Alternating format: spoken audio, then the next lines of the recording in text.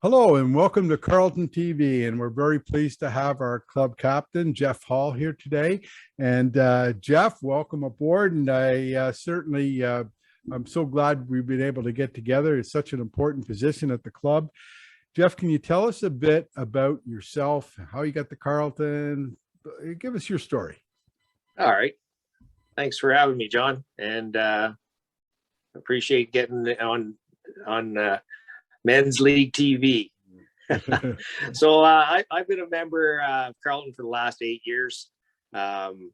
Actually, as many others did, I coached a lot of hockey with my kids when they were growing up and whatnot. So I thought I'd get involved with the junior program and helped out our past pro Gord Percy when he was around with the clinics and camps, and actually got my certification for a community golf coach as well. So from Golf Canada, so that I could help out.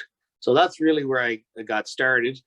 And then I joined the board as a director at large and got involved with several the committees.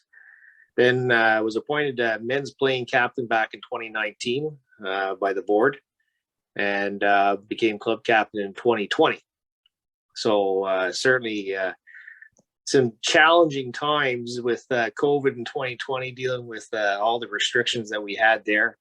And I'm really happy that this season we're back to normal. So, but that's really where I got involved. I just joined Carleton to play some golf, and then my coaching got me dragged into helping the juniors out, and then put my hand up too many times, and then I end up as club captain. When did you start playing golf?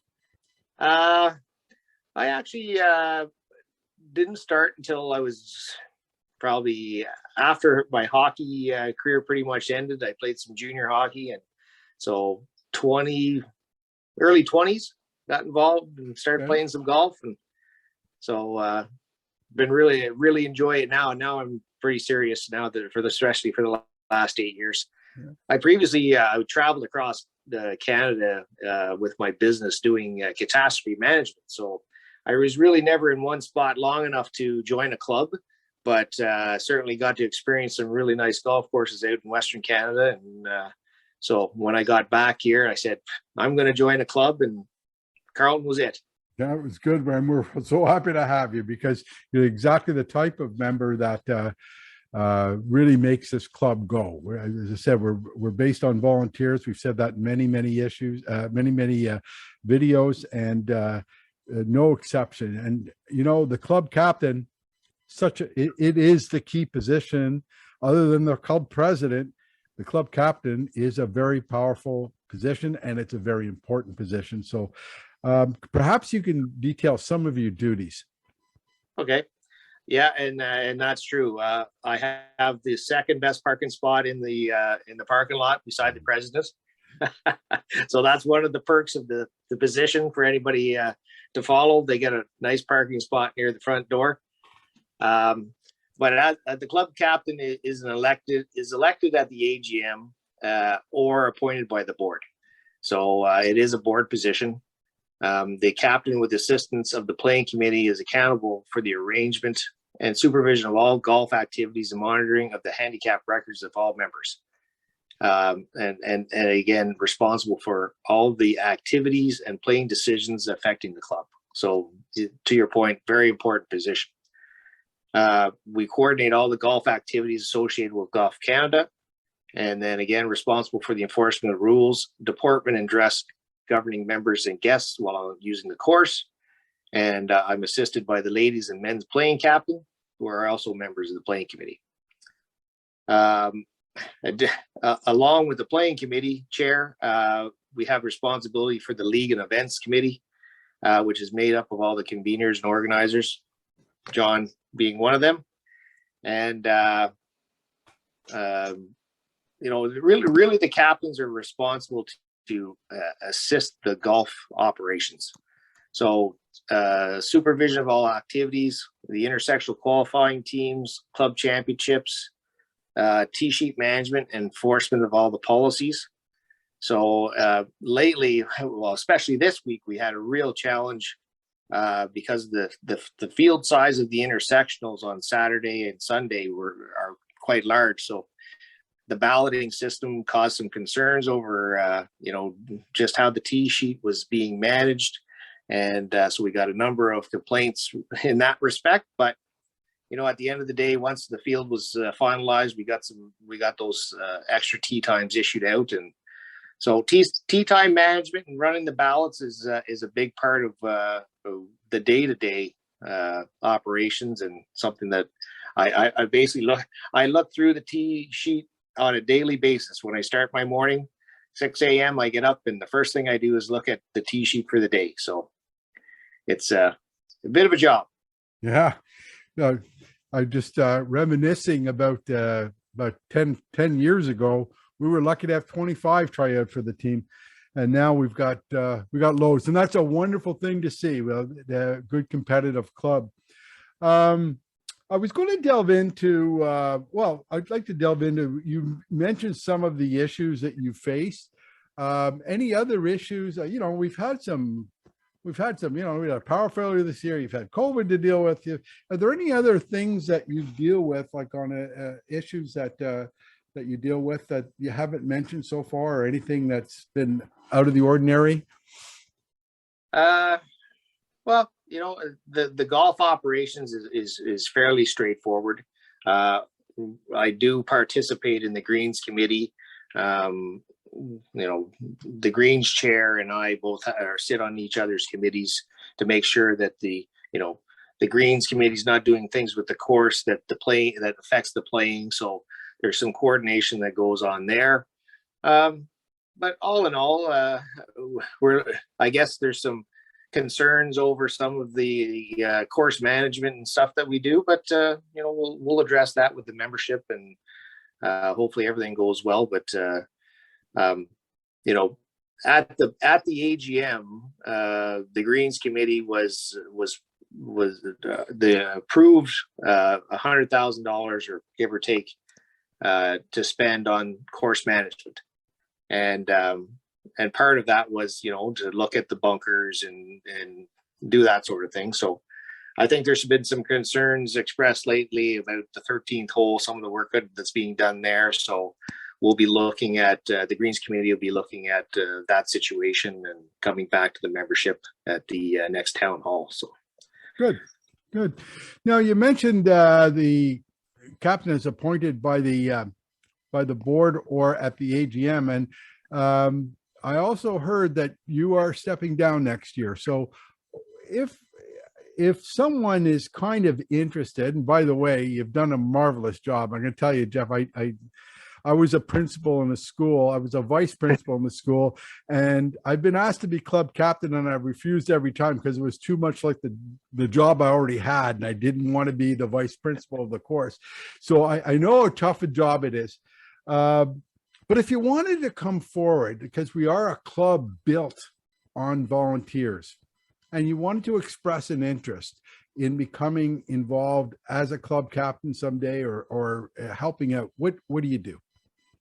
Well, the club captain is a board position, so you'd have to put your name forward as a board member, and then basically get appointed by the board or elected.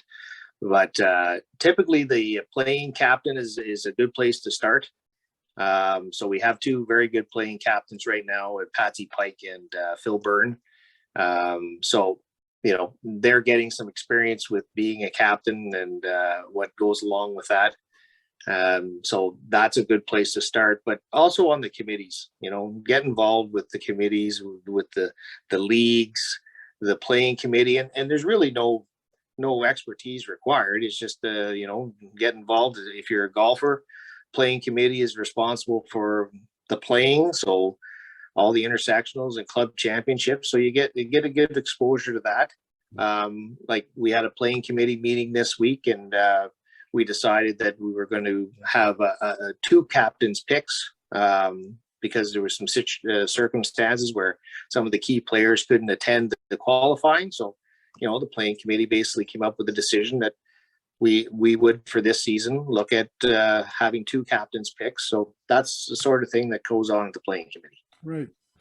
You know, I'm always amazed at these committees. I've sat on many of them, and we come from all different disciplines. You know, I was from education. You'd have people with engineering and government and wherever. And it was always interesting to see how we would meld our thoughts and ideas and way we go about doing things. And always the result was something I never expected, and usually a pretty solid result, you know. So that's a wonderful thing to get involved in those types of committees if you're interested, because you do learn things from other disciplines and ways that they do it. They learn from me, I learned from them, and it just makes you better at dealing with things, maybe in your own job or in other areas. So anyway, and we have a lot of committees, so yeah. you know, it's a really good place to get involved with the club. And you know, you don't have the commitment of being on the board, but you know, sales and marketing, governance, there's tons of committees to get involved with the club, and it just makes it all better for everybody. Now, Jeff, I know you wanted to add a couple of things. Anything we haven't mentioned that you do want to add, please, this is your time. Well, we went to the Homeowners Association AGM last week. So Cameron and I attended, and Dave Trudell. And I think one of the big messages they conveyed to us was speeding through the neighborhood will not be tolerated. And everyone needs to please slow down, stop at the stop signs when they're coming in and going out of the community, because they've had enough. They've already talked to Pierre Polyev and every other member of council they can. So we don't want the police in here enforcing things. So my last message is, please just slow down, everybody. So that's basically on Marina Drive as you're coming in, basically as you're coming into the club. I know sometimes you're in a hurry, but look, 40, you know, going an extra few kilometers an hour is not going to make any difference. No. There are kids in the neighborhood. There's at least one cyclist in the neighborhood. Yeah. And well, we would all appreciate that. So, you know, and if police or traffic calming measures have to be used, I guess that'll be the next step. But anything else from that committee that well, one big shout out I would like to make is to Tyler. He's doing a great job in the pro shop. He's been really a great addition. And you know, me personally, I was listening to Neil Card last week, and my game, you know, I've been pretty consistent this year, but I owe it to some lessons with Cameron and some time in the simulator this winter. So that really helped be more consistent this season. So a really shout out to Tyler and Cameron and all the things they can do for you on a coaching and teaching level. Did you shoot a 38 yesterday? I did. That? Yeah. So there you go. There you go. Guy just shot a 38. So maybe those of you listening, you want to pump up your game. There's probably a good way of doing it. Going through 339s and a 38. There you go. There you go.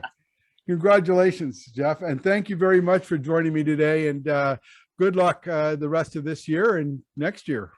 John, I just want to take the last minute to thank you very much for everything you do. Really appreciate it. My pleasure. Thank you. Bye-bye.